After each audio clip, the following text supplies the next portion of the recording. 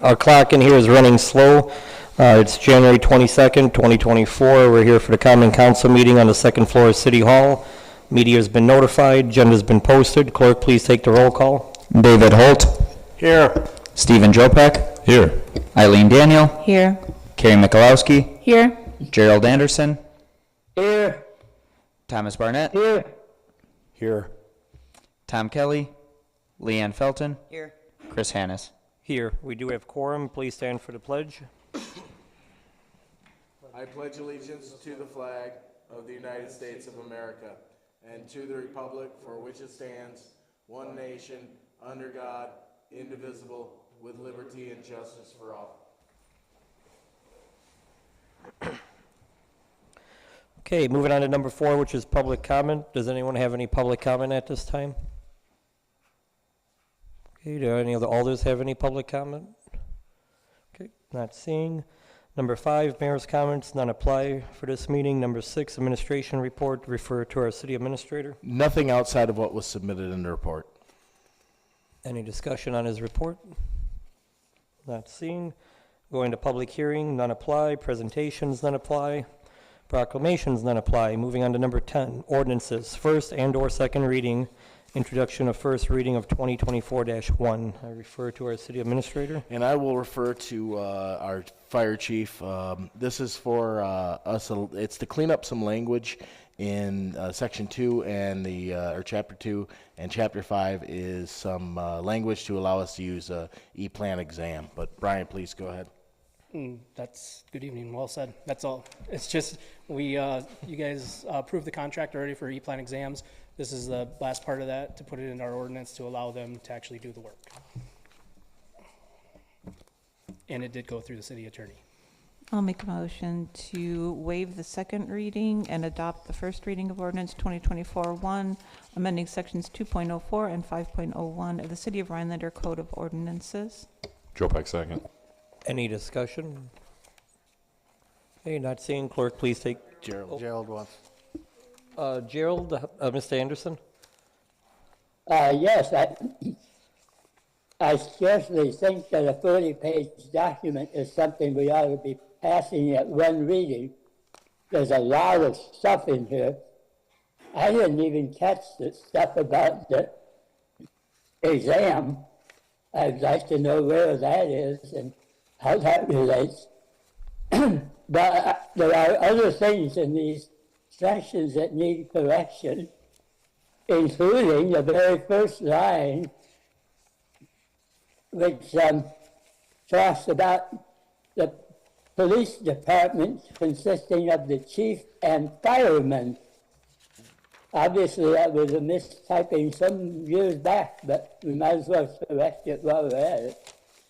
And there's other stuff through here as far as how the inspectors are appointed. Building inspector, electrical inspector, plumbing inspector. Do we have people formally appointed to those? And how does it relate to the contract we have for electrical inspections? I don't see any reference to that or any mention to how that fits in. There's just a lot of questions we need to be looking at while we're looking at this. So I'm opposed certainly to waiving the second reading.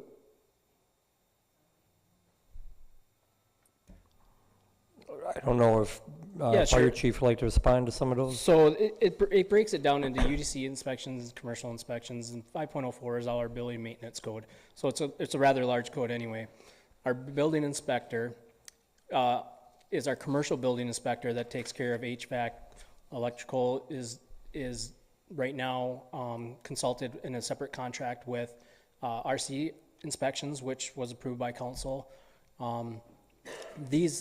The appointment of the building inspector per the ordinance is by the mayor, but we run through a regular hiring process, and that is just part of our ordinance. It works the same way as if you would think about a chief building official, that would be that position, is that building inspector position. So we call him a building inspector. It's also known as a chief building official. This is just very plain Jane breaking it down into what the state statute requires us to do. Our ordinances is broken down into what the state statute requires us to do, as in separating the different trades out. So that's why our ordinance is broad like that. It's because that's what the statute, how the statute reads. We've adopted those ordinances, those into the ordinance back in a couple of years. Well, it's been over a year ago, like February, I think last year, we adopted that ordinance in which we brought those state statutes into this ordinance. So it all coincides.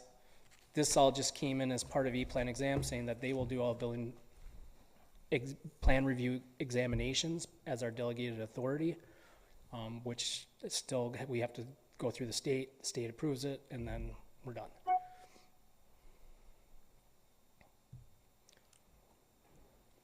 What is the exam you're referring to? No, that's, Gerald, the contract is E-Plan exams. E-Plan exam, that's the contract. They're the ones that are gonna be doing all our plan exams now instead of it going to the state. I don't know if you recall a couple of meetings ago. I do now, I didn't recall the name. Yep, that's what this is all for. This is all part of the E-Plan exam contract. So this is just allowing them, what we changed in this ordinance is just allowing them to do that. And the biggest change was removing above ground storage tanks, fuel flammable storage tanks, which went to the state. The state does all those inspections now. We do not do those anymore locally. So we removed that from our ordinance. Mr. Barnett? Yeah, I remember last year, it was pretty close to a year ago, that Dave Melvin, was that our code enforcer? He brought it to our attention and said that by passing what we passed would bring us up to state statutes and all that kind of stuff. We actually had a conversation in length about it. So our city attorney has looked over what you're asking for, and you see nothing wrong with it, correct? Yeah, I reviewed it for the changes from the existing ordinance. Obviously, I didn't see the first sentence, which says chief and other firemen. That should be changed, and but that's probably in our current ordinance right now. Right. So, but as far as the changes, all this document was doing is bringing us in conformity with what we're doing, what you voted on a year ago to do, and this is just bringing that aspect of, and that's what I reviewed, which is the building inspector, the code enforcement, and so on. So it's something we've already talked about, it's something we've already passed a year ago. They're just asking to get it to the point where they can enforce it now, so I don't see any need to slow it down any more than it already has been. I mean, like I said, we discussed this a year ago. So I say we get it going. I trust our city attorney, and I trust our fire chief, so. Mr. Jopek? For citation, in the packet, it's 42 through 48 highlights the original and what amendments are being made to show the E-Plan exam. I don't think it mentions it by name, but it talks about planning authority and whatnot. So for those looking to reference what changes are being made, those are on pages 42 through 48, although the contract goes a little further than that.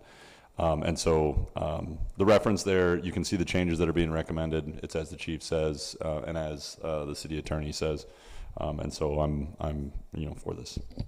Ms. Daniel? I'm wondering what Gerald's problem is with the first sentence, because it says the police department shall be composed of a chief. Oh, I see, police and firefighters. Gotcha.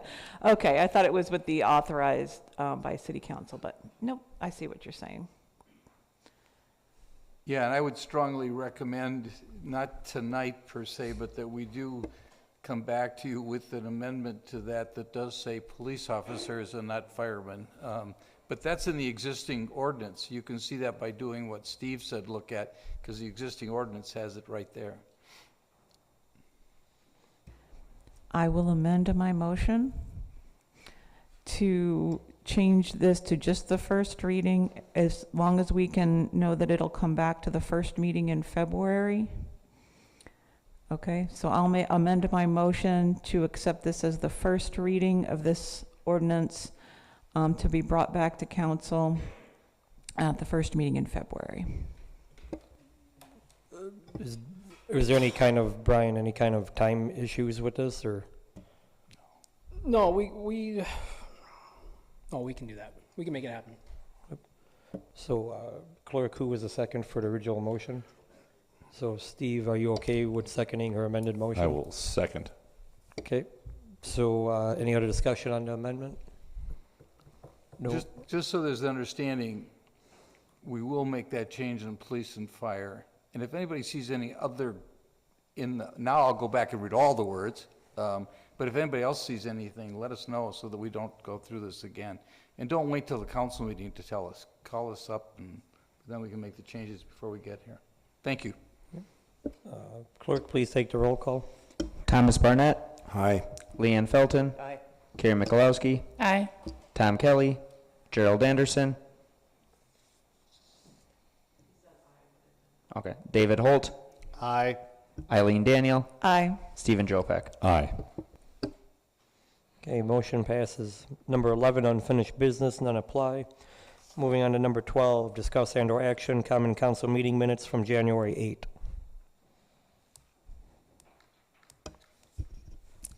Holt, I'll make a motion to approve the common council meeting minutes from January 8th, 2024. Daniel second. Any discussion on the minutes? Not seeing. All those in favor, please say aye. Aye.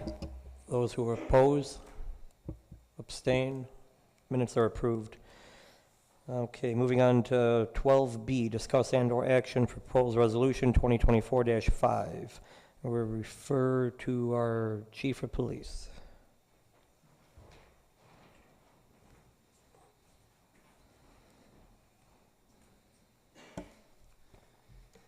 On page 76 of your packet, you should have received a memo that I created on behalf of what Patrick would like to see us move forward with when it comes to purchasing.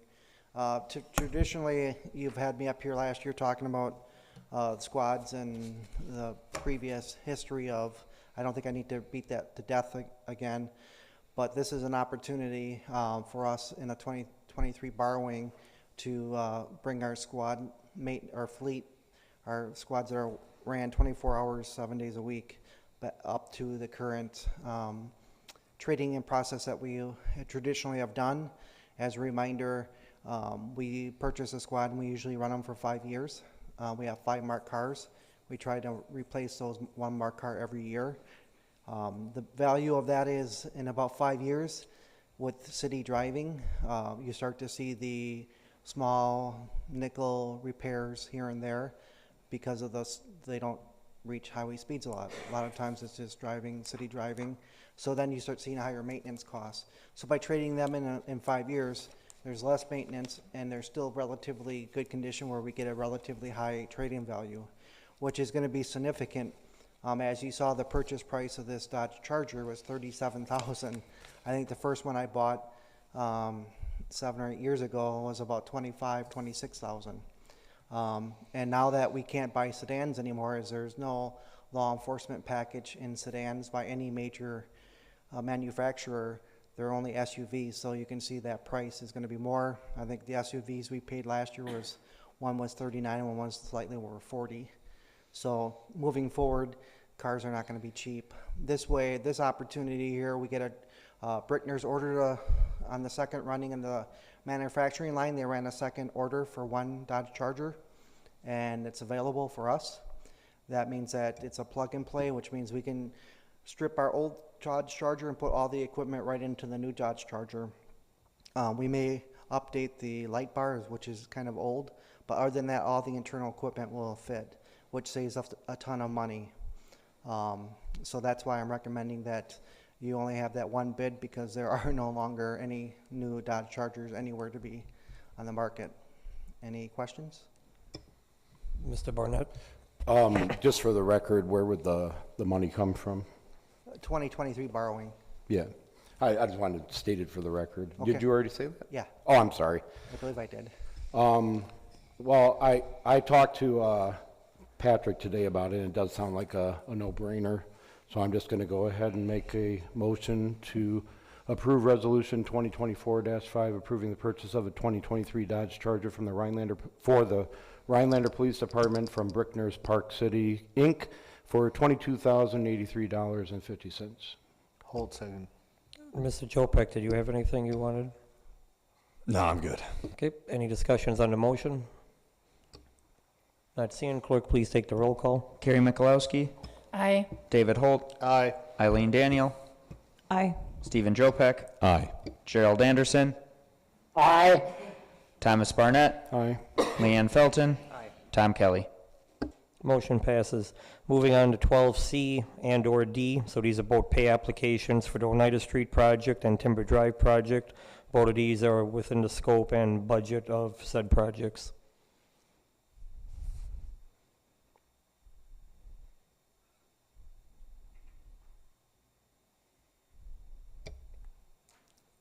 Jopek motion to approve resolution number 2024-6, approving pay application number 7 from Musson Brothers Incorporated for work completed on the Oneida Avenue area utility and street improvements project in the amount of $47,773.27. Barnett, second. Any discussion on the motion? Not seeing. Clerk, please take the roll call. Gerald Anderson, Aye. Stephen Jopek, Aye. Eileen Daniel, Aye. Carrie Mikulowski, Aye. Tom Kelly, Thomas Barnett, Aye. David Holt, Aye. Leanne Felton. Motion passes. 12D would be a pay app for Timber Drive project. Jopek motion to approve resolution number 2024-7, approving pay application number 7 from Musson Brothers Incorporated for work completed on the 2023 Timber Drive street and utility project in the amount of $117,611.18. Daniel, second. Any discussion on the motion? Not seeing. Clerk, please take the roll call. Leanne Felton, Tom Kelly, Eileen Daniel, Aye. Thomas Barnett, Aye. Gerald Anderson, Aye. Carrie Mikulowski, Aye. Stephen Jopek, Aye. David Holt. Aye. Motion passes. Moving on to 12E. So this is discuss and/or action proposed resolution 2024-8. This is something we've been working on for a couple months to help get us some new tables potentially without having to use room tax as a funding source. So what it is this is something I've had in the last 3 communities I've been in, and it's worked great. It worked so good in the last community that we stopped accepting bench donations because we ran out of places to put them. What a great problem to have. But basically, Jeremy Biolo and I have been talking about this, and as the mayor said, it's something where we can help to outfit the park with benches, and folks get something to put down as a memorial for a loved one. It's really a win-win and hugely popular. Mr. Jopek? This might be a non-issue, but when the benches are installed, which I think it's a great program as well, my family's participated in it before, what's the action plan in the event that there's vandalism on said things? How do we cover those expenses? Because for instance, my family had a bench where I'm from, and within probably about 6 months, the bench was destroyed. And so how do we cover those expenses? And that's tough because it's going to be under our deductible for our insurance. So it's not going to be something that insurance will be able to pay out. So, I mean, we can look at that, but in other places that I've been, when we've used this, we try to replace it. So we try the best we can. The biggest part of this is that I've seen in other communities is, people will sponsor a bench, like your family would sponsor a bench, and then they think they own the bench, and it's not. It becomes property of the city right away. But we appreciate it, and yeah, you can't. For some reason, you can't stop vandals all the time. Darn it! But we can certainly try. I have faith in our police department. So, but yeah, we can look to replace them. But there's probably if it's something where it keeps getting vandalized, we'd look to fix or replace.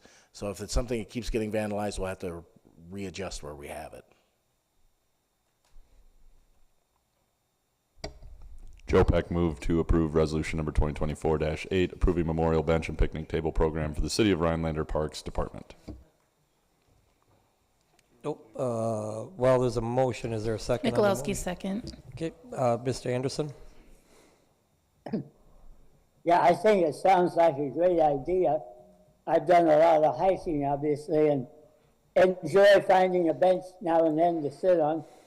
So I think we should probably put some along some of our bike trails as well as just in park. One of the things I discovered in Devil's Lake State Park, they have a lot of them along the Ice Age Trail, and it appeared that the benches that had memorial plaques on them did not get vandalized as much as the ones that didn't. I don't know whether there's some respect that people have or what, but I thought that was interesting. I hope that'll work here. Okay, not seeing any other discussion. Clerk, please take the roll call. Eileen Daniel, Aye. David Holt, Aye. Tom Kelly, Stephen Jopek, Aye. Thomas Barnett, Aye. Gerald Anderson, Aye. Leanne Felton, Aye. Carrie Mikulowski. Aye. Motion passes. Moving on to 12S, discuss and/or action proposed resolution 2024-9. Only thing I would point out is if you look at the bottom of page 103, it's having the clerk sign the document, as well as the city administrator, as well as myself, due to the nature of the resolution. And then I'll turn it over to our city administrator. Sure. So this is just following the directive given at the last council meeting by council. The initial investment into the billboard is $4,000, and there was a $50 payment each year for the permit to the state. That's $4,100. The lease agreement is for $100 a month, $1,200 per year, as instructed. Barnett, I'll make a motion to accept proposed resolution 2024-9, approving sale and lease agreements for the city-owned billboard with Christopher S. Haynes. Polk, second. Any discussion on said motion? Okay, not seeing. Clerk, please take the roll call. David Holt, Aye. Stephen Jopek, Aye. Eileen Daniel, Aye. Carrie Mikulowski, Aye. Gerald Anderson, Aye. Thomas Barnett, Aye. Tom Kelly, Leanne Felton. Aye. Motion passes. Moving on to 12G, discuss and/or action proposed resolution 2024-10 regarding the Pelham Lift Station. Refer to Max from Town and Country Engineering.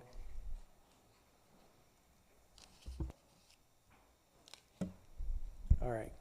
So this is just, we took bids, let's see, December 20th. You're going to want to turn on your mic, Max, if it's not. I think it's on. Is it on? Okay. Just Sorry. a low You're just a talker, I quiet guess. guy. Yeah. He's Sorry. really tall and the mic's really small. So we took bids December 20th. This is just a simple upgrade. Most of the stuff in this lift station is just beyond its years of usefulness. So we're upgrading electronics, new pumps, some new piping, and then adding just a little drain pit to drain another manhole that's currently just holding water. Bids came in around $200,000. The planned funding for this, we believe we have some leftover money from the rural development loan and grants that we got for Oneida Avenue that we should be able to roll over. It does say in the recommendation letter that we recommend bidding upon contingent of the USDA. Since the time that we submitted this letter, USDA is actually on board with this, so that is no longer needed. They're fully aware of this and on board. So that is currently the plan for funding. I have a question. So, I mean, you have a $100,000 gap between your bottom bid and your top bid. I mean, are we comparing apples to apples, or is this different quality, or why is there such a big gap in this? We're not really sure. The biggest thing is August Winter is a good contractor. We've worked with them before in other communities, and they do good work. The biggest thing you'll see is probably that additive bid. What that is just adding a little drain pipe from the valve vault, which is currently full of water, to the lift station. One thing we're guessing that they didn't do is plan for dewatering. If you know that Pelham lift station area, it's kind of low. That valve vault currently sits, pretty much full of water, maybe 2 feet below the ground surface. So we're guessing that that's about where the groundwater is now. That drain pipe is going to have to be, 8 to 10 feet in the ground. So there's going to be a lot of dewatering that's going to be in there. I'm guessing the reason for this. Who has to eat that cost? That would be them. This is their bid number. It's spelled out in the bidding docs that this is what they have to provide, so that's up to them. True. I don't know if Kurt's here. I don't know if there's anything he wants to speak on regarding.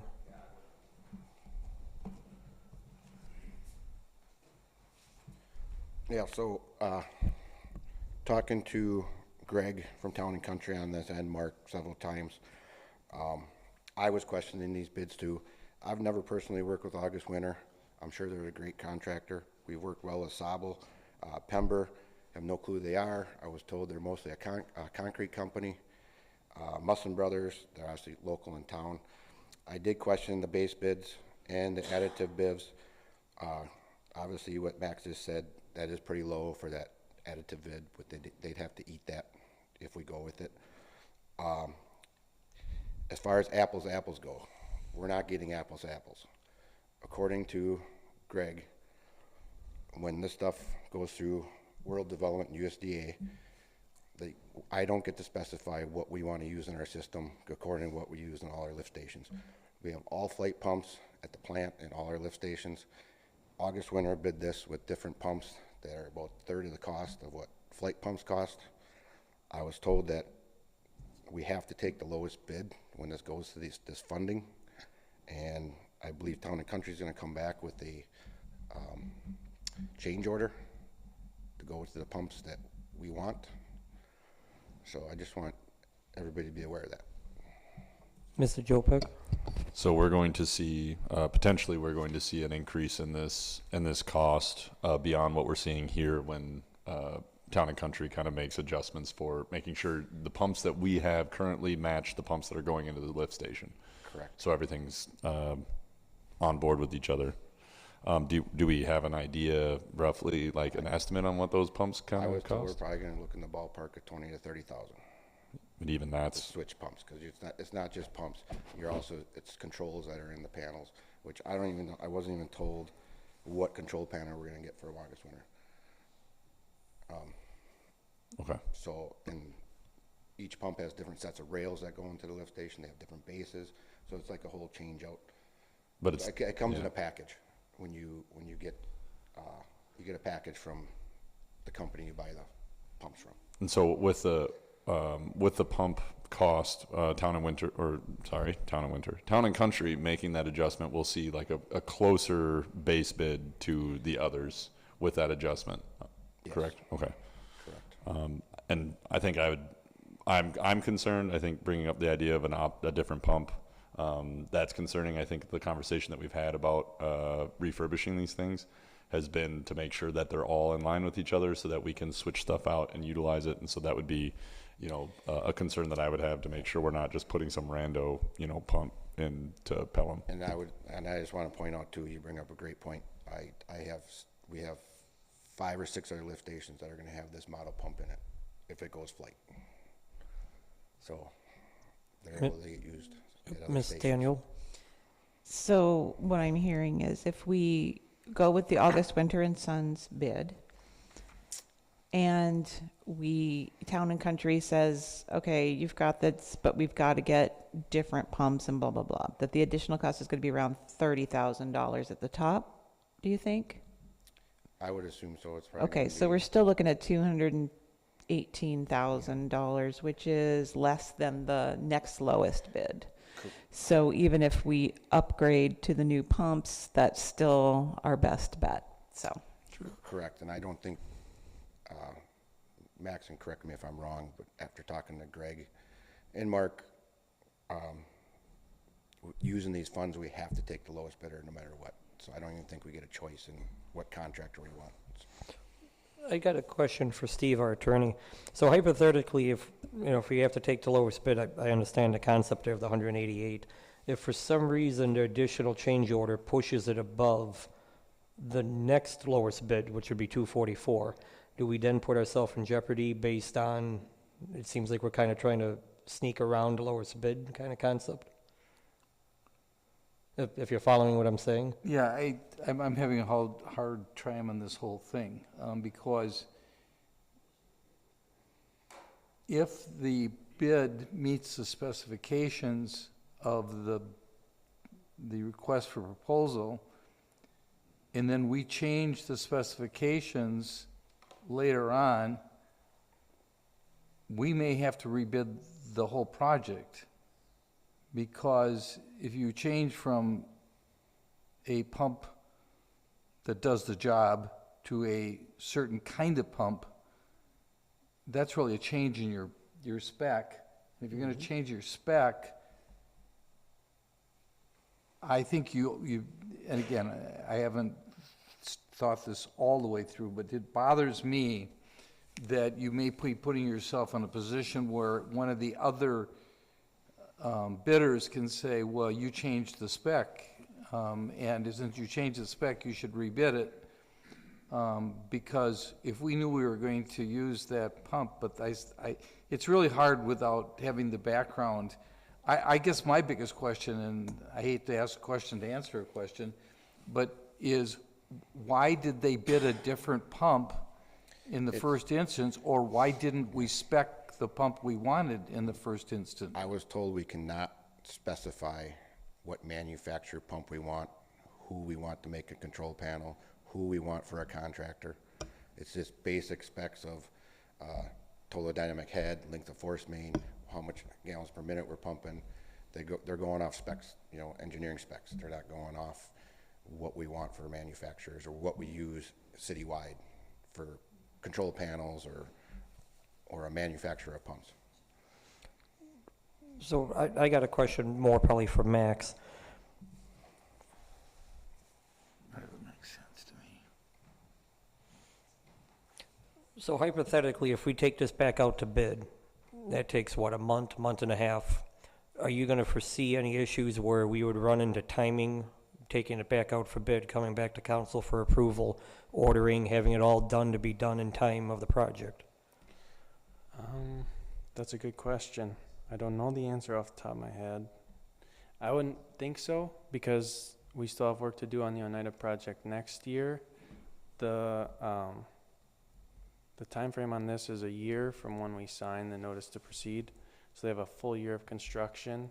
So depending on how quickly we can get contracts turned around, that I guess it would depend on when we can close out that rural development grant and loan and still have that open for the Oneida project along with this. I'd imagine if they're willing to take on this as part of that grant process, then they would not close out any of the the paperwork until this project is done, since they're funding this. Do you have now granted, no one has a crystal ball, but do you see that prices are going up for this type of work or down currently based on supply? Things just seem to have stabilized just with kind of what's going on in the industry. Most of the manufacturing is kind of caught up to the demand at this point. So there's not a huge price increase. True. Mr. Holt? Yeah, I had a question, and I do see that Gerald also has a question there. And this might be a point of clarification for our city attorney. My understanding was that we aren't bound to always take the lowest bid, but we have to have a compelling reason if we don't. Well, you see, that's the problem you've got here. We, as a city, if we are bidding with our money, right, don't always have to take the lowest bid, but we're bidding with somebody else's money on a grant program that sets the rules, and that's where the conflict comes in, because those rules are, at least what we're being told by Kurt, is those rules are keeping us from bidding a project the way we'd like to bid the project, because we're taking somebody else's money to do the work, and then they get to set the rules because it's their money. That's what I'm hearing the conversation say. So if the city covers the difference in the price by changing, by taking a higher option for the specific pump, that doesn't, I don't see how another contractor could take issue with that. We're simply taking an option. Okay, what you're saying and is the logic is we accept the August winter bid, we have the August winter bid, and then we decide after we've accepted the bid that we'd like to improve the pump, then of course, if the grant says, no, we're only going to cover the cost up to this point, and the extra $20,000, $30,000 we're not covering with grant money, then yes, you've accepted the bid, and can you take a bid and increase an item within the bid by adjusting it? The answer would be you'd be able to do that so long as there's not a justifiable reason where the other bidders could say, which I don't think they could in this case, because I would presume the other bidders bid the slate pump. Is that correct? Yeah. Do you know who that was, Kurt?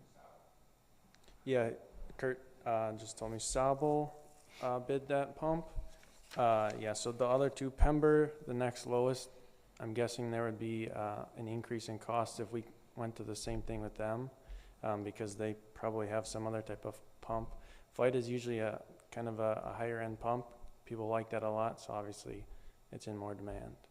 Yeah, and so what I'm guessing, and the question you posed is, I admit, I don't have the whole contract for the loan and all that stuff in front of me, but my guess is that they would let us do it, but they wouldn't cover the extra cost, is what I'm speculating. I wouldn't worry about improper bidding if indeed we don't change the spec to a point where somebody else could say, well, we didn't bid that project, because they did build the project. They could have put the lower value pump in. They didn't, so they really don't have an argument. Because theoretically, if we said, well, we're going to take your bid, we'd have to pay $20,000 or $30,000 over on one, and the other one is already at least that much higher than they are. Mr. Anderson? I wonder if I'm understanding right, but it sounds like we didn't have Town and Country involved in putting out the specs on this bid, but now we want to get them involved to do a change order. That seems kind of backward to me. But the other thing is, if we don't accept this bid, put it out for bids again, apparently we can't change the specs. So why are we going to expect a better result? May I ask you a question? Did both pumps, or all the pumps, meet specs that were put in the bid? Yes. And you can't say Xylem or Flight or whatever. You just say we need a pump that pumps X amount. I believe the process would be through rural development. We would have to go out, or you guys would have to go out to manufacturers before we even bid this to contractors and say, we need 2 pumps that fit this spec, provide us a price for this much, and then we'd have to write into the contractor specs, you need to talk to Xylem or Flight or whoever and buy their pumps at this set price that they already agreed upon. So that's another, month on top of just doing the whole bidding process. Mr. Barnett?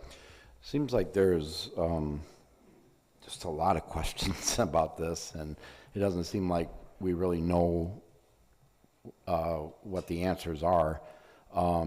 Would it be a hindrance if we put off a decision until the next council meeting and have you guys look into, our options? I don't think it would be, Max. You tell me. No, what's 2 weeks? I think that'd be fine. Yeah, I just want you guys to look into all these questions and get us answers before we make a pretty costly decision. Measure twice, cut once. Yeah, exactly. So I'll make a motion to table this until our next council meeting, giving Patrick and Steve and the mayor ample time to get the answers to the questions that have been arisen here. Second. Holt. Max, the only question I have for you is there'd be 3 weeks to our next council meeting. Would that affect where these bids wouldn't be null and void? That's a good question. I don't have the answer to that question. I can talk to Mark about it, though. We can call a special meeting, though, if we need to. Would you be willing to amend your motion to... So ideally, if you would give the authority to the administrator, I think if we could table it, we will. But if not, to award it to the lowest bidder. based on that detail. I don't know if you're willing to amend your motion to that, because if we have to take it back out for bid, your bids might come $10,000-$20,000 above. Yeah, that's true. Yeah, I'll amend that. I'll amend my motion to state that. So you're amending, just to clarify, that if for some reason we can't table this for 2 weeks or until our next regular meeting, that the city administrator has the authority to award the base bid. I'm sorry, but I have a point of order here. I'm not sure that you can combine two things because a motion to table is not something that can be discussed. So I would like to get clarification from our city attorney, and possibly we just need to withdraw this motion in second. Yeah, I mean, you're right, the motion to table, if that was a motion to table, is not a debatable motion. It's basically a motion to stop debate and move on. And I don't think that was the intent of Tom's motion to table. I think the intent of the motion was to tell the city executive team to try to figure this thing out and get back to you. And then I think the mayor's comment was, yeah, but if there's not enough time, then I think you've got to go back to your original motion, which was to approve the lowest bid, and then the understanding would be with that approval in place, because you've given that approval, if we discovered that that's not appropriate, the executive team could bring that back for reconsideration. Yeah. So I withdraw my second. Yeah, I'll withdraw my original motion. So just so everybody understands, the concept would be you would vote for the lowest bid, we'd look into the alternatives, and if we believed that there is a possibility of resolving some of these questions, we would then bring it back to you as quickly as we could in a motion, ask one of you to make a motion to reconsider, and we give you the basis for that. If you didn't vote for that, or you said, no, we're happy, then such is life. But at least then you don't have to worry about the bids being withdrawn. You don't have to bid, you don't have to worry about those issues. Okay, I will make a motion to accept the bid pending administration investigation of alternatives and their report back to the council on that. Is that effective enough? Do you want base and alternative in that motion? I'm going to repeat so that everybody understands what this is. I understand it. You correct me if I'm wrong, David. You're saying we're going with the lowest bid. That's what you're voting on. But if we find that there's an alternative, we're going to bring it back to you. If we don't find there's an alternative, we're going to go ahead with the lowest bid. Then you can decide later if you want to reconsider the pump. Correct. Is there a second on the motion?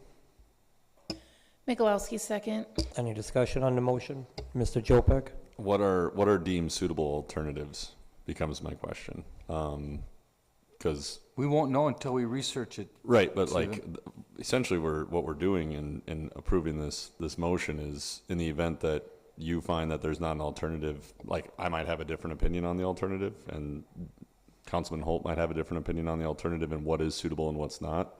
Essentially, we'd be approving this, and then you would do what you need to do, even if we might not see eye to eye. Like, so for instance, I guess. But that's why I told you about the motion to reconsider, because you could if you were one of the ones that voted for this motion, you could vote to reconsider, and that would wipe out this motion. You could take you back to point zero.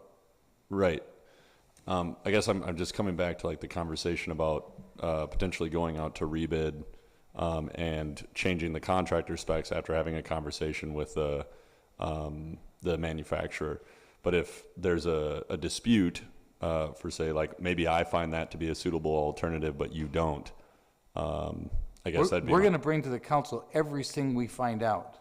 Then you're the ones making the motions, not us. Right, and I guess I'm just confused on what this motion is. Like the motion is as clear as mud. I mean, we are approving the lowest bidder. Right. You are going to pursue alternatives to make sure that, you're going to go with the lowest bidder in hopes that we can get that pump. What we're doing is this, we're going to, if you vote for this, you're voting for the lowest bidder. We're only going to look at the clarity to find out, was it was there an alternative in the first instance? Could we have bid, we're being told that we didn't have that choice. We couldn't put a spec in there. Well, we don't know that. We want to find that out. We want you to have the knowledge, but we don't want to lose the bids. Because if we lose the bids, then we start all over again. And that's where the mayor was pointing out, I think, and don't vote against it. I'm just telling you what we're voting on, is if what you're basically saying is we're going at the lowest bid, and I think you're going to be stuck with the lowest bid, but you may have the alternative of getting a different pump and you paying for it, or maybe we can get the government to pay for it. I don't know. I haven't read the contract. And so by us approving this, we're not necessarily setting anything on this process in motion beyond we've accepted that bid and nothing else is final. We can actually explore these options. We're not going to be beholden to this vote right here that we approved the lowest bid. Because you're beholden unless you take further action. Your further action would be a motion to reconsider. Well, then vote against it. I mean, that's... I'm not necessarily wanting to vote against it. I just don't really understand. If we're not setting anything in motion, but we are yet voting for the lowest bidder, but we're not beholden to this vote. I don't really understand how this is. And I'll be very clear, and I don't have an axe to grind in this, but I'm trying to make it clear. If you vote for this motion, you're voting for the lowest bidder. End of story. We're going to investigate answers to all of your questions that you've raised, because frankly, I've got those same questions. We're going to tell you what those are. If that provides a different path, even though we voted today for the lowest bidder, we'll follow that path. But if it doesn't, we'll stay on the path of the lowest bidder. But we can't tell you what that path would be until we investigate. So if you feel uncomfortable with that, then you should vote against this motion, because then we've done nothing. In other words, then there isn't a bid that's been accepted, and then you'd have to bring it back 3 weeks from now. Look at it from the point of view of making an offer on the house with contingencies to change stuff. Similar concept. You're making an offer to approve this bid, but if there's options to change stuff down the road, you have that as an option. So if we've approved it, and then we try to make that amendment but can't, we're beholden to that vote. And we limit our exploration, like rebidding and changing the contractor specs, that kind of stuff. I guess that's kind of what I'm clarifying. We accept this, we do not rebid. So we lose that option, that potential option of the contractor investigation where we contact them and make sure that they have the pump ready, that kind of thing, to then adjust contractor specs. I guess that's where I'm clarifying, so. No, I agree with you. You vote for this, you're stuck with the lowest bidder. I agree with that. Mr. Anderson? Yeah, it seems to me that if we vote to accept the bid, and then say we're not going to tell the contractor we've accepted it, is that the idea? I mean, they can watch this on TV. They know we've accepted the bid. Doesn't that give them some rights too? If we accept the bid, we've accepted the bid. That's correct. The question becomes, can we change a term of the bid to go from pump A to pump B? We don't know that right now. If you don't feel comfortable accepting the low bid and you're willing to take the risk of rebidding, which could have consequences all places, then vote against this motion that Tom made. Yes, but you're right, Gerald. They have rights the minute we vote to accept the low bid. Mr. Barnett? That's why I think my original motion, that's why I made it. I asked if going out a couple weeks to give them time to get the answers to our questions would hinder the process. Like you said, we don't have another meeting for 3 weeks, but we absolutely 100% have the option to call a special meeting. And I think with this amount of money, it's worth looking into that, like having them figure all this out before we set anything in stone, and just calling a special meeting before those 3 weeks. And it's one item. It's going to take us like 5 minutes for a meeting. I don't think it's going to put anybody out. Ms. Daniel? Bottom line is that there is a difference of $100,000 between the lowest bidder and the highest bidder. And that to me is a huge red banner. It's not even a flag, it's a banner. And it's saying there is something hinky here.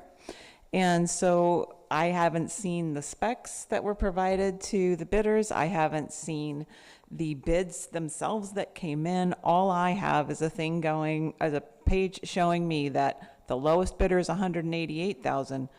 Just looking at the baseline, the highest bidder is 298,000. That's a huge difference on all bidding on the same project. Would you agree? Yeah, that's a large chunk. Okay. I would say what we have here, because of the nature of the project, these are typically lump sum items. So all you see is we specified exactly what needs to be replaced, how that needs to happen. There's a specification for like the type of material, where they need to source that material from, especially with its being USDA rural development. That has to comply with American iron and steel. Okay. Things like the electronics and that stuff also comply with that. Okay. They have to provide the documentation for this. So a lot of just kind of, it's like a black box that they provide that we don't really get to see insights in. That's just what they think it'll cost to do the entire project. Do you get a line-by-line summary of how they come to their bid, or do they just give you a lump sum? Just a lump sum number. That's wherein the problem lies. I believe none of us have I don't believe any of us have the background to even look at this and say, this seems reasonable, this seems unreasonable, right? If we do have to take the absolute lowest bidder, that lowest bidder has to at least meet every one of the specifications that were put towards them to start with. And if we cannot specify which pumps we need, then we have to take the lowest bid and we have to take the lowest bidded pumps. Now, I understand where that could be a problem down the line. If we can't use those pumps, say another pump dies, that one's more important. We need to, salvage parts out of this one. We can't because that's not compatible with that. That's not what this is about. What this is about is fixing a problem. We've specified what we need to fix the problem. We've gotten bids to fix that problem. And if we're going to use money coming from an outside source that has certain specifications, then we have to take the lowest bid if we're going to take that money. End of story. I would agree wholeheartedly with what you just said, and the only other thing I would say is we'll provide you additional information, but I don't think it changes the facts, and that's what you're saying. The facts are still the facts. If we're going to take their money, we're going to, in the bids, and you're telling us the specs all match, right?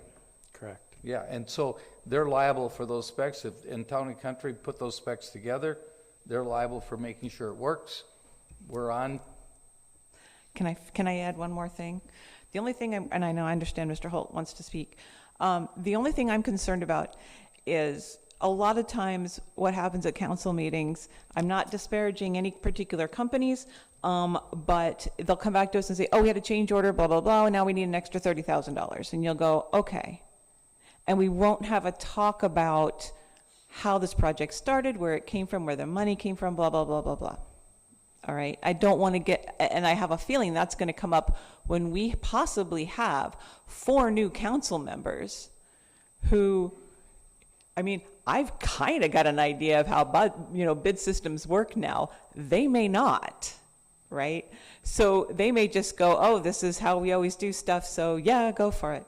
And that's my concern. It's like so many of these things come through and then something that's an addendum to it comes up a year later, and we all have lives. I don't know if anybody knows this, but we don't just sit around and think about city business all day long like you guys do because you get paid to do it. So it's, I'm just worried it's going to come up in a year. 4 new people are not going to know what they're talking about. We're going to be back at square one. True. Mr. Anderson, I think, was first. Yes, I move to table this motion to the soonest time that we can resolve the issues. No, there is a motion on the table. I made the motion, Kerry Mikulowski seconded it. And this is a Correct, motion to correct, table. Austin? Yes. It's always open to a motion to table.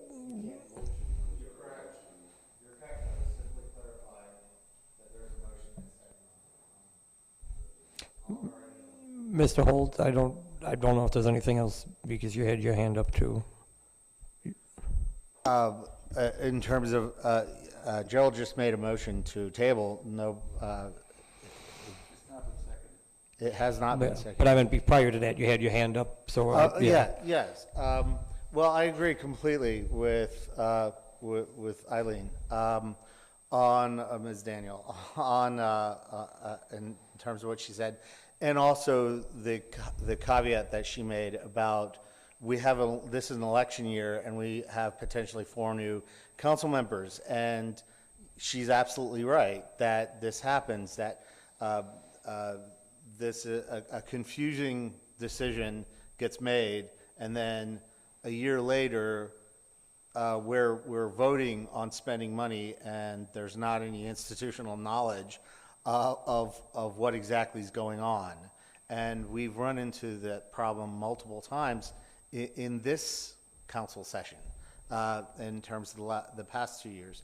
So I agree with that, although I do think, and I agree with the city attorney that we're stuck with the lowest bid. The only other thing I wanted to clarify was who made the motion and to approve the lowest bid, and who made the second, so there's no confusion in that. But I'm in favor of going ahead and doing that, with the understanding that the 3 of you are going to investigate, and we can have a motion to reconsider. Well, not seeing any other discussion. Clerk, please take the roll call. Kerry Mikulowski, Aye. David Holt, Aye. Eileen Daniel, Aye. Stephen Jopek, Nay. Gerald Anderson, Nay. Thomas Barnett, Aye. Leanne Felton, Aye. Tom Kelly. So motion passes. Okay, moving on to 12H. Discuss and/or action proposed resolution 2024-11. I will refer to our city attorney. Yeah, this is the motion that we talked about with regard to the discontinuation of Reek Street. You previously had a resolution that authorized, since then we investigated to make sure that all the Ts were crossed, notices were given, and that's why it's before you again today. The only thing that's missing from the motion is, and I think this is subject to discussion, or missing from the resolution, is we don't have the legal description for the property. That would have to be obtained through a survey, and generally the parties that are getting the land would cover the cost of surveying since they're getting the land. What I was recommending with this resolution tonight would be to pass the resolution with the understanding that the surveys will be done not at the city's cost, but the property owner's cost, and that once that's completed and we can complete the legal descriptions on the document, then we can complete it and record it, and so that we can record the transfer of the land that we've abandoned to the 2 property owners.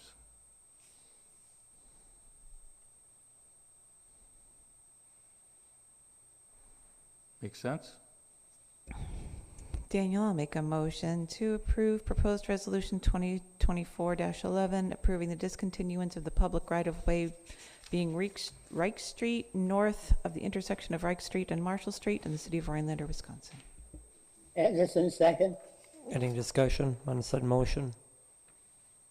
Mr. Barnett? Does the caveat of the property owner paying for the, have to be in there? Well, it's not going to happen unless they do, because we need the legal descriptions to complete it. Okay, I just want to make sure that didn't have to be in there, so. Okay, not seeing any other discussion. Clerk, please take the roll call. Gerald Anderson, Aye. Stephen Jopek, Aye. Eileen Daniel, Aye. Carrie Mikulowski, Aye. Tom Kelly, Thomas Barnett, Aye. David Holt, Aye. Leanne Felton. Aye. Motion passes. Moving on to 12I, discuss and/or action of the Hill Creek Dog Run. Refer to our city administrator. Thank you, Mayor Hannes. So in mid-December, we received an application from the Heel Creek Dog Dash folks wanting to do a ceremonial start downtown. If you look in your packet, there is a map. They're looking for us to bring in snow for this so they can run their dog sleds down Brown Street, Davenport, and River Street, and back behind the CTs and whatnot through that street right away right there. This is a really cool thing, I think. Calumet, Michigan does something like this for their Copper Dog sled dog race. My couple of concerns with it. Number one, we're usually in the snow exporting business, not the snow importing business. So I had Justin Ernst, the streets foreman, put together a quick spreadsheet for you. It says downtown dog sled racetrack build. He says that option number one would work. My big concern here is with closing these streets. This won't be, even though they asked for, I believe it was 6 to 8 p.m., you're looking at closing this much before and having it closed much after, because we would be bringing snow in, we'd be grooming the snow, we'd be shutting down all of these streets, then we'd be cleaning these up, plus having to get all cars and anything else off of the street. I think this is really cool. I wish we had received this in October and could have really started working on it at that time, but in December, obviously we didn't have the second meeting, and holidays getting everybody's way there, so it's something that's very interesting, but I would ask for a little bit of thought and caution with this. Also, the cost here we're looking at for option number one is approximately $1,100. This is overtime. This is equipment rental. These are things that I would really think about if I was on council. I know Nina, I think I saw you there. Nina Baum is the one that put the application in, so just some thinking there. But like I said, I would really, part of me just says that this would be really good to do had we had about 4 months, 5 months to make sure all the businesses know and to set up a good game plan and get her going. Mr. Anderson? I think it sounds like an interesting idea too, a way to support this particular activity and also to bring people downtown. And yet at the same time, we're going to make it difficult for people to get downtown. So that seems like the concept needs some changing. I'm certainly not in favor of waiving fees on something like this where there's a very obvious cost and substantial cost to the city.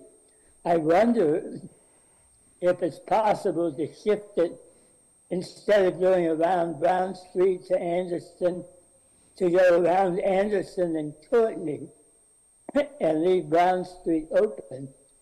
Those streets seem easier to clear than Brown Street and still bring people downtown in a way that would be usable to businesses there. Mr. Barnett? Yeah, I agree with Patrick that, obviously there's got to be a lot of planning involved. As far as closing down Brown Street, I mean, this is where I'll disagree a little bit. Brown Street gets closed down all the time. We got parades going down Brown Street. We have Ridiculous Day on Brown Street. We have Bikes and Burgers on Brown Street. Those things get shut down for the entire day. I mean, half of Brown Street up where my shop and all the other shops get shut down when there's not anything even going on that part of the street. So as far as, bothering the businesses and stuff, it's no more bother than having Ridiculous Day down there or whatever. So obviously there's a little more work involved since, we got to put snow on the street and all that, but I think it's a really cool idea, but I definitely think we need to see a planned out way of doing it for sure. Mr. Jopek? Under the other requests on the form, it states that it's for, bringing one lane of snow.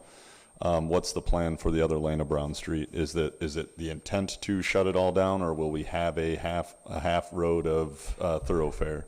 I know there's gonna be dogs mushing, and so like, me personally, Courtney Street is, to me at least, my interpretation or my perception is it's a main thoroughfare. I use Courtney Street to get across town much more frequently than I do Brown Street. And so for me, the alternative of Courtney Street is, I would prefer that less almost. I'm not looking to harm businesses or anything. I think it could be beneficial. But I'm a little worried about that value, that cost. Is that what it'll actually be? Or if it's greater than that, are we eating, a lot of questions on that end. Ms. Daniel? You said there's equipment rental. What equipment rental would we need? Is it the grooming? Maybe Nina knows. Yeah, it's the wheel loader with pusher and the wheel loader with bucket. This is for bringing the snow in, for grooming it out, and also for removal.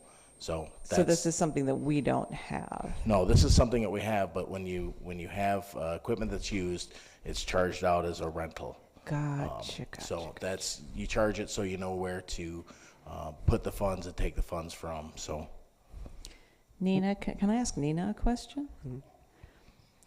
Hi. Do you have sponsors for this event? Yes. What do sponsors typically get for their package? Can you turn on the mic? Sorry.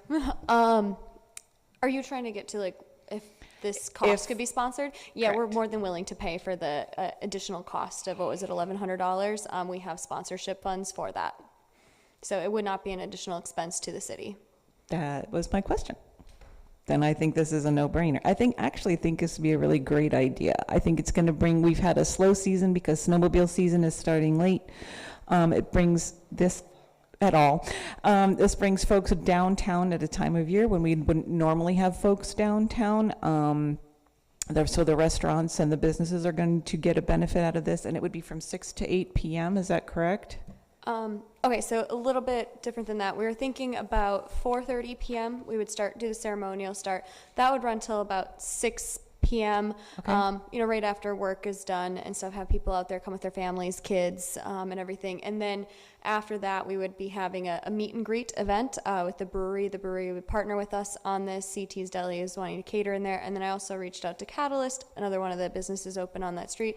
They also want to be a part of the meet and greet event too and do a special that evening. And then I think one of the only other businesses open on that section of Brown Street during those times is Pat's Tavern, and I'd be more than happy to connect with them to, see if they want to do a special, sort of be part of this event down there to really make sure that the three businesses that would be most impacted on that block would definitely have be a part of it and benefit from it as well.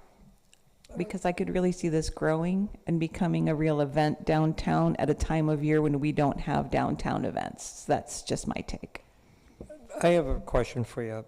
So for for lack of a better term, the pink circle going around, is it going to be like fencing, or like how do people from a walking point of view get to Tilly's, CT's, all those businesses?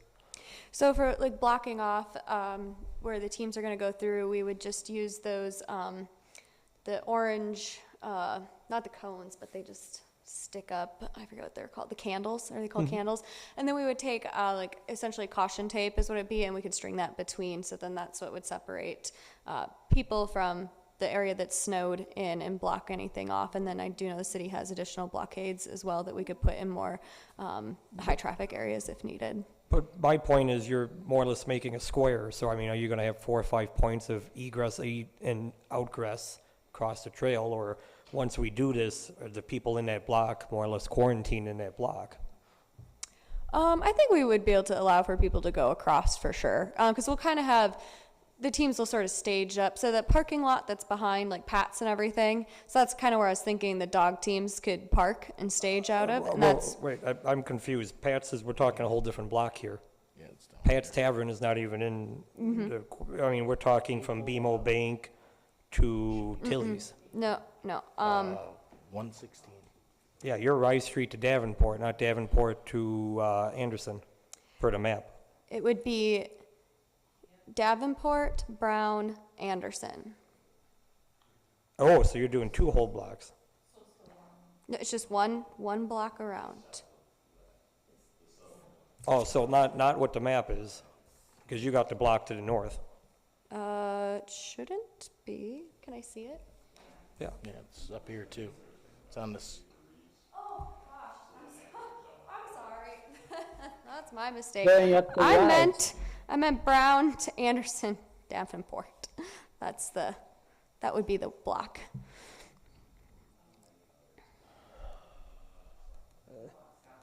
Yep, my apologies. They're And not then, even open so the during that time. parking on Anderson there, that's where the dog teams Okay. would stage out of, and then they would head out on Anderson Street, take a right on Davenport Street, and then come around on Brown Street, and then cut back onto Anderson there. Mr. Holt? Yeah, this is almost exactly a month out in terms of number of days here. A month and about 4 days. I agree with several other comments that this sounds like a really cool thing to do at a time where there's not a lot of really cool things to do. It seems like a great idea, and it does sound like something that we have enough time to do, especially if if they've got the cost and they are agreeing to the cost. The one question I would ask would be of our first responder team whether you see any issues with this. You guys want a race?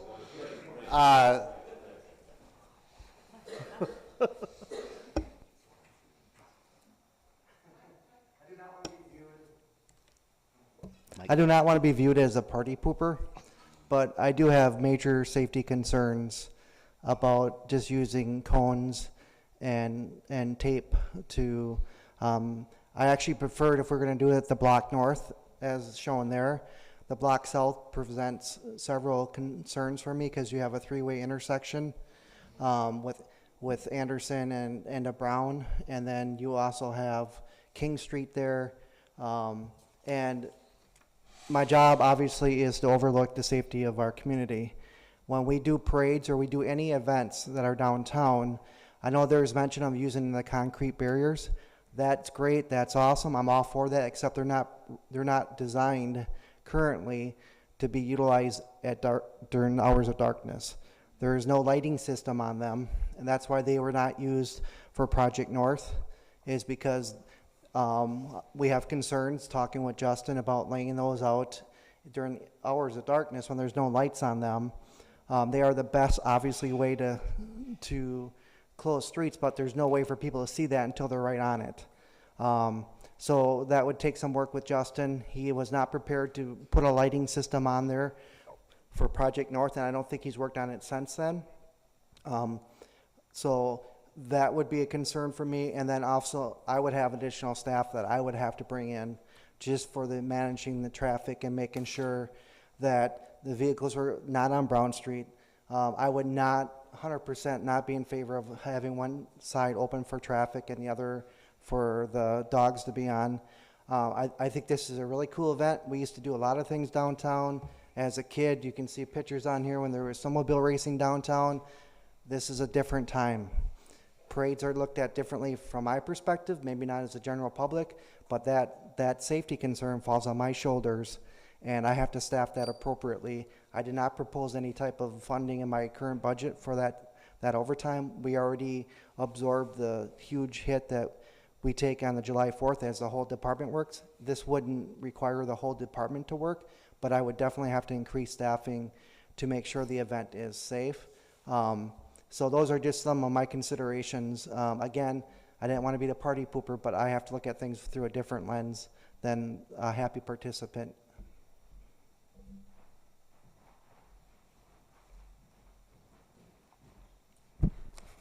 I kind of have the same sentiments as Chief Gothier. Our main concern is access to the properties. That's a very busy area down there. And we're talking 6 to 8 on a Friday night when people are getting out and into the bars and then that bar scene and everything. Now we're gonna add dogs, more people, and heavy equipment moving around there, along with ice and snow. So it's just a mixture of just a lot of bad. I would give it, everything we got to plan this better for next year and come up with a better area. Possibly maybe Stevens, Pelham, in that, through those blocks, King, Davenport, somewhere over a little bit of ways from downtown, so that we have a little better control over personnel who are walking around and stuff. Snow is not going to melt in a couple hours at night. We're not going to be able to get ice off of there, off the roads altogether. And I can just imagine an uptick in our emergency responses down there during that time. So I'm not saying no, but this maybe not this time. And we just plan for it better next time in a better area. And we would be willing to give the time and effort to do that with Nina.